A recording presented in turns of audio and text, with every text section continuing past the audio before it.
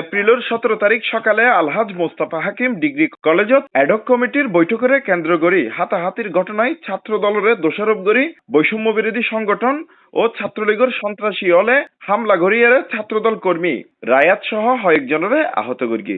Ratio উভয় পক্ষের ছাত্র প্রতিনিধি হলে বইয়েরে সমাধান গ্রহণের পরেও আজিয়া বৈষম্য বিরোধী ছাত্র সংগঠনের বিক্ষোভ মিছিল ঘোষণা করা হয় মোস্তফা হাকিম কলেজ শিক্ষার্থী ও স্থানীয় নেতৃবৃন্দর উদ্যোগে বিক্ষোভ মিছিল অনুষ্ঠিত করি। এই সময় নেতৃবৃন্দ হইয়ে কলেজ এডক কমিটির অভ্যন্তরীণ দ্বন্দ্বরে রাজনৈতিক ট্যাগ দিয়ে ছাত্র দলের দোষারোপ করি বৈষম্য বিরোধী সংগঠন ও ছাত্রলীগের সন্ত্রাসী হলে হামলা করে ছাত্র দলের রায়াত সহ কয়েকজন আহত হয়। জুলাই বিপ্লবের পরও ফেসিবাদী কায়দায় রাজনীতি গরিবর অপচেষ্টার তীব্র নিন্দা ও প্রতিবাদ জানায়।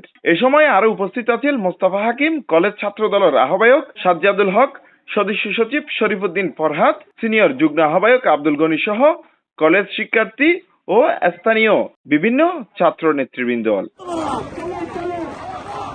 Desk news C plus, Chittagong.